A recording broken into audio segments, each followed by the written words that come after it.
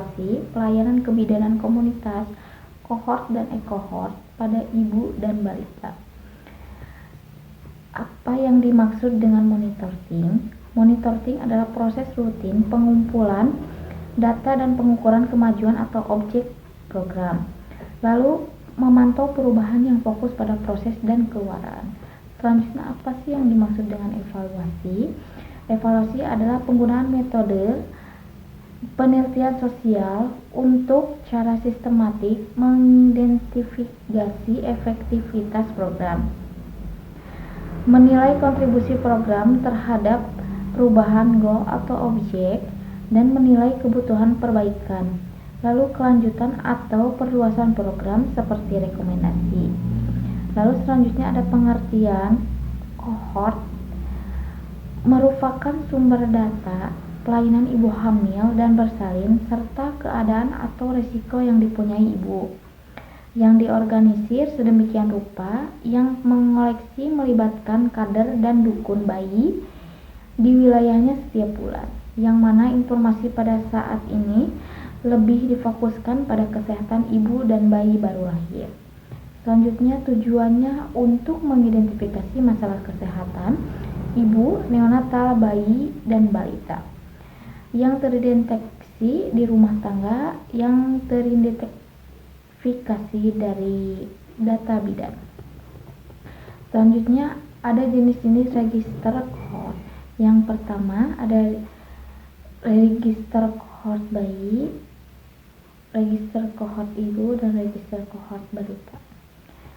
Lalu apa sih register kohort ibu? Register kohort ibu adalah sumber data pelayanan ibu hamil dan bersalin serta keadaan risiko yang dipunyai ibu, diorganisir sedemikian juga pengoleksian yang melihat kader dan dukun bayi di wilayahnya. Lalu apa sih register kohort bayi?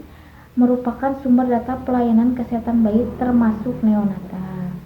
Lalu ada juga yang terakhir register kohort balita, yaitu merupakan sumber data pelayanan kesehatan balita umur 12 bulan sampai dengan umur 5 bulan.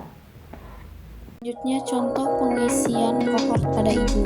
Yang pertama diisi nomor urut, yang kedua diisi nomor indeks dari family folder, yang ketiga diisi nama ibu hamil, yang keempat diisi nama suami ibu hamil, yang kelima diisi alamat ibu hamil, yang keenam diisi umur ibu hamil, yang ketujuh diisi umur kehamilan pada kunjungan pertama dalam minggu atau tanggal HPL, yang kedelapan faktor risiko untuk umur ibu hamil kurang dari 20 tahun atau lebih dari 35 tahun.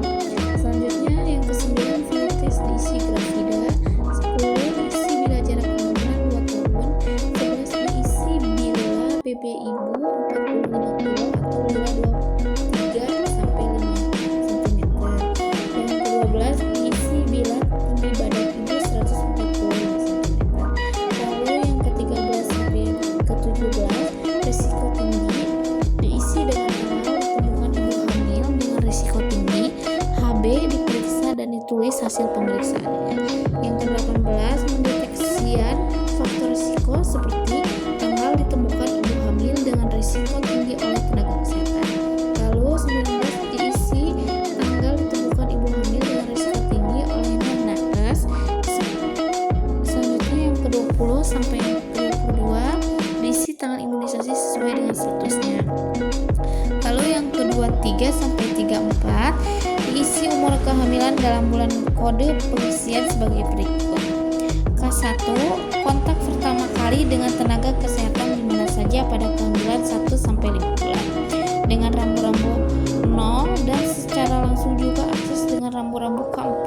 Kunjungan ibu hamil yang keempat kalinya untuk memperoleh K4 dapat memakai rumus 1 sampai 1 sampai 2 atau 0 sampai 2 sampai 2. Dengan ibu hamil pertama kali kunjungan pada usia kehamilan 5 bulan, pada bulan berikutnya yaitu 6 bulan harus berkunjung atau dikunjungi agar tidak kehilangan keempat pada ibu hamil yang awalnya periksa di luar kota saat ini. Yang terakhir contoh pengisian kohort pada balita. Yang pertama diisi nomor urut, sebaliknya register kohort ibu. Lalu diisi nomor indeks dari family folder, lalu diisi hasil penimbangan dalam kiloan dan gram gizi, lalu diisi tanggal pemberian vitamin A bulan Februari dan Agustus,